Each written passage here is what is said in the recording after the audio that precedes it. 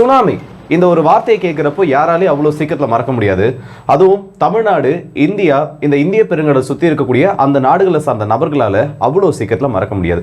ஏன்னா 2004ஆம் ஆண்டு ஒரு மிகப்பெரிய பேரழிவை நம்ம இந்தியாவையும் சுற்றி இருக்கக்கூடிய நாடுகள் இலங்கை, தாய்லாந்து, வியட்நாம் போன்ற பல நாடுகள்லையும் ஒரு மிகப்பெரிய அழிவை ஏற்படுத்தின ஒரு பெரிய ஈவெண்ட்டாக அது மாறுச்சு. இப்போது இன்னைக்கு திரும்பவும் ஜப்பான்ல ஒரு சுனாமியானது தாக்கியிருக்கு. ஆனால் இதில் கேஷுவாலிட்டிஸ் கவுண்ட் எதுவுமே இப்போதைக்கு வரைக்கும் பதிவு பண்ணப்படலை. எவ்வளோ டெக்னாலஜி ரீதியாக நம்ம வளர்ந்துருந்தோம், இந்த சுனாமியை ப்ரெடிக்ட் பண்ணுறதுல இருக்கக்கூடிய சில பிரச்சனைகளை பற்றியும் இயற்கைன்றது எவ்வளோ சுப்ரீமாக இருக்கிறது தான் இந்த ஒரு பதிவில் பார்க்க போகிறோம். ஸோ வாங்க வீடியோக்குள்ளே போயிடலாம். நான் உங்கள் ராக்கி தம்பிக்ஷமும் டிபி ட்ரெண்டிங்ஸ்.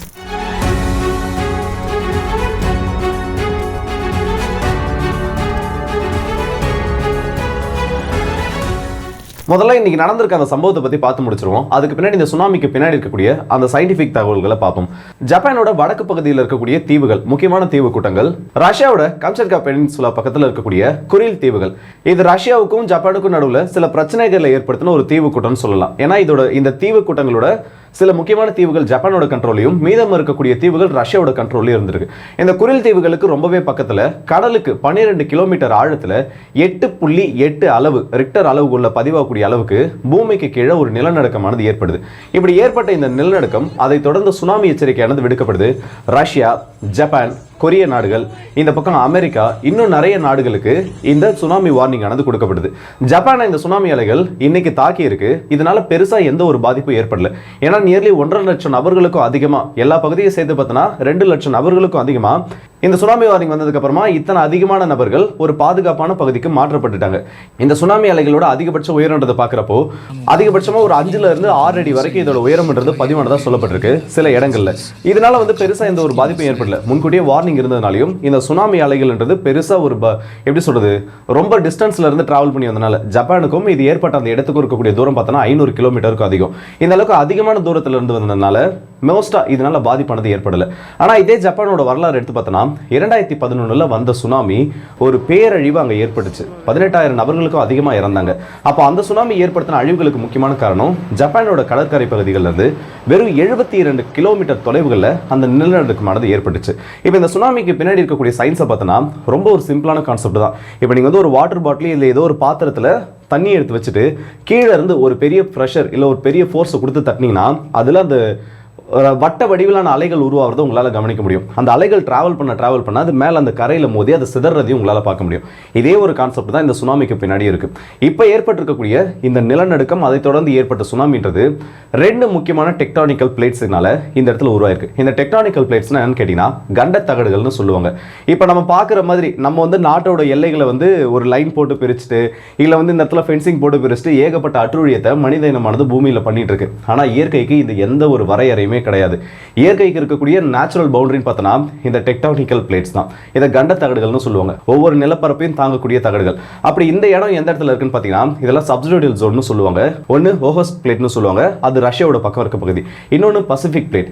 இந்த 2 கண்ட தகடுகளும் ஒன்னோட ஒன்று மோதுறப்போ இந்த ஓஹோஸ்ட் பிளேட்டுக்கு கீழே இந்த பசிபிக்கோட டெக்டானிக்கல் பிளேட்ன்றது கீழே சம்மர்ஜ் ஆகிறப்போ அதுக்கு கீழே இப்படி ஒன்னா சொருகிறப்போ இதனால ஏற்பட்ட வைப்ரேஷன் இல்லை அதனால கீழே பூமி கொஞ்சம் மேல் எழும்புறது அதோட காரணமாக தான் இந்த சுனாமியானது உருவாயிருக்கு.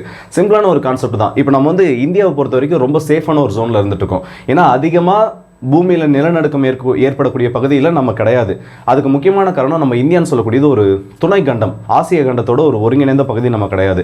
இந்த இமயமலைகள் உருவானதுக்கு பின்னாடியும் இந்த சயின்ஸ் ஒரு மேஜர் ரோலை ப்ளே பண்ணியிருக்குன்னே சொல்லலாம். இப்போ இந்த இடத்துல நடந்த சம்பவமும் ஜப்பானில் இன்னைக்கு நடந்த சம்பவமும் ஆசிய கண்டத்தில் இந்திய துணை கண்டம் மோதினப்போ நடந்த சம்பவமும் கிட்டத்தட்ட ஒன்று தான். ஆனால் இது நிலப்பரப்பில் நடந்தது, அது கடலுக்கு கீழே நடந்திருக்கிறதுனால அவ்வளோ பெரிய ஒரு பாதிப்பு ஏற்பட்டிருக்கு. இப்போ இந்த இமயமலைகளோட உருவாக்கம் அதே தான். இந்த கண்ட தகடுகள் ரெண்டும் ஆசிய கண்டத்தில் இந்திய துணை கண்டம் ஒன்னோட ஒன்று மோதுறப்போ சில பகுதிகள் உள்வாங்க செய்யும், சில பகுதிகள் மேல் எழும்பும். இந்த ஒரு கான்செப்ட்னால அந்த மோதல்னால உருவான ஃபோர்ஸ்னால உருவானது தான் இமயமலை. இதுவே கடலுக்கு கீழே நடந்துருச்சு, இந்த மாதிரி 2 மிக பெரும் கண்டத்தகடுகள் ஒன்னோட ஒன்று மோதி இருந்துச்சுன்னா அது அன்னைக்கு உலகத்தோட பெரும்பான்மையான பகுதிகள் அழிக்கக்கூடிய அளவுக்கு ஒரு சுனாமியை கிரியேட் பண்ணியிருக்கோம். இதே சம்பவம் தான் இப்போ கடலுக்கு கீழே நடந்திருக்கு. ஸோ இந்த மாதிரி எர்த்குவேக், நிலநடுக்கம், பூகம்பம்ன்றது ஏற்படுறப்போ அந்த இடத்துல ஒன்று பூமி உள்வாங்கும், இல்லை புதுசாக ஒரு மலைத்தொடர் அந்த இடத்துல கிரியேட் பண்ணும், இல்லை மிகப்பெரிய அதிர்வலைகள் அந்த மாதிரி ஏற்படுத்தும். அப்படி ஏற்படுத்தக்கூடிய அந்த அதிர்வலைகளானது அதிகபட்சமா அதோட வித் அகலம்ன்றது 150 இருந்து 200 கிலோமீட்டர் அகலத்துக்கும் இந்த சர்க்கிள் ஷேப்ல இல்ல ஒரு நீள் வட்ட வடிவில் இந்த இடத்துல ஃபார்ம் ஆகும். இப்படி ஃபார்ம் ஆகக்கூடிய அந்த அலைகள்னு சொல்லக்கூடியது 800 900 கிலோமீட்டர் வேகத்தில். இப்போ நார்மலாக பேசஞ்சர் பிளேன்ஸ் பறக்குது இல்லை, அதை விட அதிக வேகத்தில் கரையை நோக்கி வரும். இதை அந்த எர்த்குவேக் ஏற்பட்ட இடத்துல கண்டுபிடிக்கிறதுன்றது ரொம்ப கஷ்டம். ஏன்னா இந்த பூமியை பொறுத்த வரைக்கும் நில அதிர்வுகளை ஈஸியாக கண்டுபிடிச்சிடலாம். ஆனால் கடலுக்கு கீழே ஒரு நில அதிர்வு ஏற்படுது, அதை தண்ணிக்கு மேலே சென்ஸ் பண்ணுறதுன்றது அவ்வளோ ஈஸியாக பண்ண முடியாத ஒரு விஷயம். நடுக்கடலில் ஒரு கப்பல் நின்றுட்டு இருக்கு, அங்கேருந்து வெறும் ஒரு 2 கிலோமீட்டரில் 3 கிலோமீட்டர் ஒரு நிலநடுக்கம் ஏற்பட்டால் கூட அந்த கப்பல்னால அதை கண்டுபிடிக்க முடியாது. அதே மாதிரி அந்த அலைகளை நோட்டீஸ் பண்ணுறது ரொம்ப கஷ்டம். வெறும் 1 அடியிலேருந்து 1.5 அடி உயரம் தான் அந்த இனிஷியல் ஸ்டேஜஸில் அந்த அலை உருவாகிறப்போ அதோட ஹைட்ன்றது இருக்கும். இது கடலோட ஆழத்தை பொறுத்தும் அங்கே இருக்கக்கூடிய அந்த புவியியல் தன்மையை பொறுத்தும் அங்கே அடிக்கக்கூடிய காத்தோட வேகத்தை பொறுத்தும் வர வர வர வர வேகம் எடுக்கும். அலைகள் கடல் கரையை நெருங்குறப்போ அதோட வேகம்ன்றது 900 கிலோமீட்டர்களுக்கும் அதிகமாக இருக்கும். இந்த அளவுக்கு அதிகமாக வரக்கூடிய அலைகள் கரையில் மோதுறப்போ அது ஒரு பெரிய இழப்பை ஏற்படுத்தும். அதுவும் அது கட்டிடங்கள் மேலே மோதி இந்த இடத்துல மரங்கள்லாம் பிடுங்கி அது ஒரு குப்பை குளத்தை கொண்டு சேர்க்கும் பாருங்க. அதனால தான் அதிகப்படியான உயிரிழப்புகளே இந்த இடத்துல ஏற்படுது. அது மோதக்கூடிய வேகத்தில் பல கட்டிடங்கள்ன்றது கொலாப்ஸ் ஆகும். அப்போ இந்த சுனாமி அலைகளை பொறுத்த வரைக்கும் ஒரு அலை மட்டும்தான் வருமானு கேட்டிங்கன்னா கிடையாது. அதிகபட்சம் 7 to 9 அலைகள் வரும்னு சொல்லுவாங்க. இந்த இடத்துல முதல் அலை கடற்கரை ஸ்ட்ரைக் பண்ணுறது ஜஸ்ட் ஒரு சாம்பிள் மட்டும்தான். ஏன்னா முதல் அலைன்றது ரொம்ப வீக்கானதாக இருக்கும். இந்த கடல் உள்வாங்கிறப்போ இந்த சுனாமி அலைகள் அந்த அளவுக்கு கிரேட்டர் ஃபோர்ஸை ஜெனரேட் பண்ணுன்றப்போ கடல் உள்வாங்கும். அப்படி உள்வாங்கிறப்போ முதல் அலைக்கு அதுக்கு தேவையான அந்த விசைன்றது கிடைக்காது.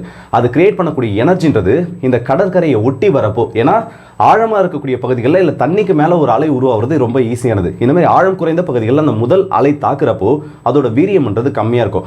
ஆனால் இது பின்னாடி வரக்கூடிய அலைகளுக்கு, 2வது அலைகளுக்கும் 3வது அலைகளுக்கும் அந்த லிஃப்ட் ஃபோர்ஸ்னு ஒன்று சொல்லுவாங்க, அதை அதிகமாக ஜெனரேட் பண்ணி விட்டுரும். ரஃபான சர்ஃபேஸில் அந்த முதல் அலை வரதுனால 2வது அலைக்கான வழி அது கிரியேட் பண்ணி கொடுத்துரும். 2வது அலை அதை விட ரொம்ப பயங்கரமாக இருக்கும். 3வது அலை இந்த 2 அலைகள் மேக் பண்ணி கொடுத்த அந்த வழியில் ரொம்ப பவர்ஃபுல்லான ஒரு இம்பாக்டை இந்த இடத்துல ஏற்படுத்தும். இதுதான் சுனாமிக்கு பின்னாடி இருக்கக்கூடிய ஒரு சயின்ஸ்னு சொல்லலாம். இப்போ இதை கண்டுபிடிக்க முடியாதா? ஏன்னா ஜப்பான்ல 2011 நடந்த ஒரு பெரிய பிரச்சனை, ப்ராப்பரா இதை பத்தின வார்னிங்ன்றது போகல.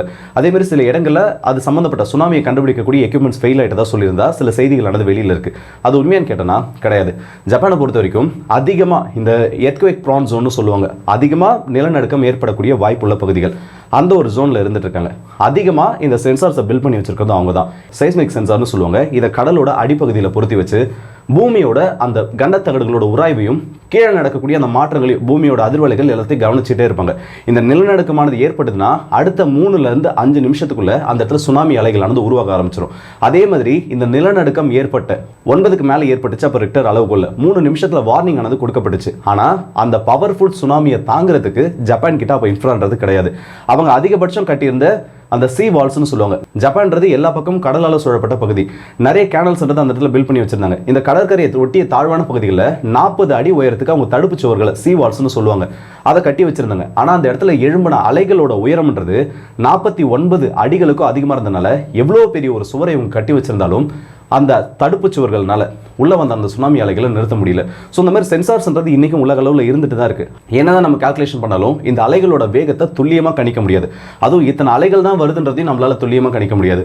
நிறைய ட்ரோன் டெக்னாலஜி, நிறைய சயின்டிஃபிக் டெக்னாலஜி வச்சு இந்த அளவுக்கு வரும்னு கெஸ் பண்ண முடிஞ்சாலும் அந்த அலையோட ஃபோர்ஸையும் அது மோதக்கூடிய அந்த வேகத்தையும் இன்னைக்கு வரைக்கும் நம்மளால கணிக்க முடியாமல் இருக்கிறது தான் இந்த இடத்துல ஒரு பெரிய பிரச்சனையாகவே இருந்துட்டு இருக்கு. ஸோ டெக்னாலஜி என்னதான் வளர்ந்தாலும் இயற்கை சீற்றங்களுக்கு முன்னாடி இல்லை இயற்கையோட முடிவுகளுக்கு முன்னாடி அது எதுவுமே இந்த இடத்துல உதவி கொடுக்கக்கூடிய ஒரு விஷயமா இருக்காது. 2011க்கும் இப்போ நடந்த சுனாமிக்கும் இதுதான் மேஜரான ஒரு வித்தியாசம். இது வரைக்கும் நடந்த மோசமான சுனாமிகளோட லிஸ்ட் எடுத்து பார்த்தோம்னா 2004 நடந்த இந்தியன் ஓஷன் சுனாமி, இந்திய பெருங்கடலில் ஏற்பட்ட அந்த ஆழி பேரலைகள்ன்றது அதிக அழிவை ஏற்படுத்தின ஒரு சுனாமியா இருக்கு. 2,40,000 நபர்கள் வரைக்கும் அதில் இறந்துருக்காங்க. இதில் அதிகமாக பாதிக்கப்பட்டது இந்தியா, இலங்கை, இந்தோனேஷியா, தாய்லாந்து, இந்த இந்திய பெருங்கடலில் இருக்கக்கூடிய பெரும்பான்மையான நாடுகள் பாதிக்கப்பட்டாங்க. இதுக்கு அடுத்தபடியாக இருக்கிறது ஜப்பானில் ஏற்பட்ட சுனாமி 2011. இதில் 19,747 நபர்கள் இறந்ததாக கணக்கு இருக்கு. ஆனால் இதை விட அதிகமான எண்ணிக்கைகள் இருக்கலாம். ஏன்னா அதில் காணாமல் போனவங்க லிஸ்ட்ன்றது இப்போ இன்னமும் பெருசாக இருக்கு. 3வது இருக்கிறது 1755 போர்ச்சுகலில் ஏற்பட்ட சுனாமி. இதில் 50,000 1 லட்சம் நபர்கள் இறந்துக்கலாம்னு சொல்றாங்க. வரலாறுல பதியப்பட்டதில் மிகப்பெரிய அலைகளில் ஏற்படுத்தல ஒரு சுனாமியாகவும் இது பதிஞ்சிருக்கு. இந்த மாதிரி ஏகப்பட்ட சுனாமிகள் பூமியை தாக்கி இருக்கு. இது இதுக்கும் மனுஷனோட நடவடிக்கைக்கு எந்த ஒரு காரணமும் கிடையாது. உலகத்தோட பல இயற்கை பேரழிவுகள் ஏற்படுறதுக்கு மனிதர்கள் காரணமா இருக்காங்க. ஆனால் இந்த டெக்டானிக் பிளேட்ஸோட அந்த மூவ்மெண்ட்டுக்கும் மனிதர்களால் ஏற்படுத்தக்கூடிய அந்த காரணம்ன்றது ரொம்ப ரொம்ப கம்மி தான். இல்லை அதுக்கு இதுக்கும் சம்மந்தம் இல்லாத ஒன்று சொல்லலாம். ஆனால் இயற்கை ஒரு முடிவு எடுக்கிறப்போ, இல்லை இயற்கை அந்த இடத்துல அதோட ஃபுல் பவரை காட்டணும்னு நினைக்கிறப்போ, ஃபுல் பவர் இல்லை, இதெல்லாம் ஒரு 1% கூட கிடையாது. அந்த இடத்துல நம்ம மனிதர்கள் என்ன நிலைமையில இருக்கோம், இல்லை நம்மளால இயற்கைக்கு எதிராக என்ன பண்ண முடியும்ன்றது தெளிவாக காமிக்குது. ஸோ டெக்னாலஜி எந்த அளவுக்கு வளர்ந்தாலும் இருந்தாலும் சரி, இல்லை நம்ம வந்து எப்படிப்பட்ட இங்கேருந்து விண்வெளியை தாண்டி செவ்வாய் கிரகத்துக்கு போகணும்னு நினச்சி அதுக்கான ப்ராஜெக்டில் இறங்கினாலும் சரி, இயற்கைக்கு முன்னாடி நம்ம எந்த அளவில் இருக்குன்றதை நடக்கிற ஒவ்வொரு இன்சிடென்ட்டும் இந்த இடத்துல காமிச்சிட்டு இருக்கு. நல்ல வேலையாக முன்கூட்டியே இதை பற்றின ப்ராப்பரான அறிவிப்புகள் பண்ணப்படுறதுனாலையும் இதன் மூலமா ஏற்பட்ட சுனாமி அலைகள்ன்றது ரொம்ப பவர்ஃபுல்லாக இல்லாதனாலையும் இதில் எந்த ஒரு உயிரிழப்பும் ஏற்பட்டதா இப்போ வரைக்கும் செய்திகள் வரல. அது வரைக்கும் ஒரு நல்ல விஷயமா இது இருந்துட்டு இருக்கு. ஸோ இந்த வீடியோ உங்களோட கருத்துக்களை கமெண்ட் செக்ஷனில் சொல்லுங்கள். அடுத்த வீடியோ சந்திப்போம். அது வரைக்கும் விடுவது உங்கள் எல்லாருக்கும்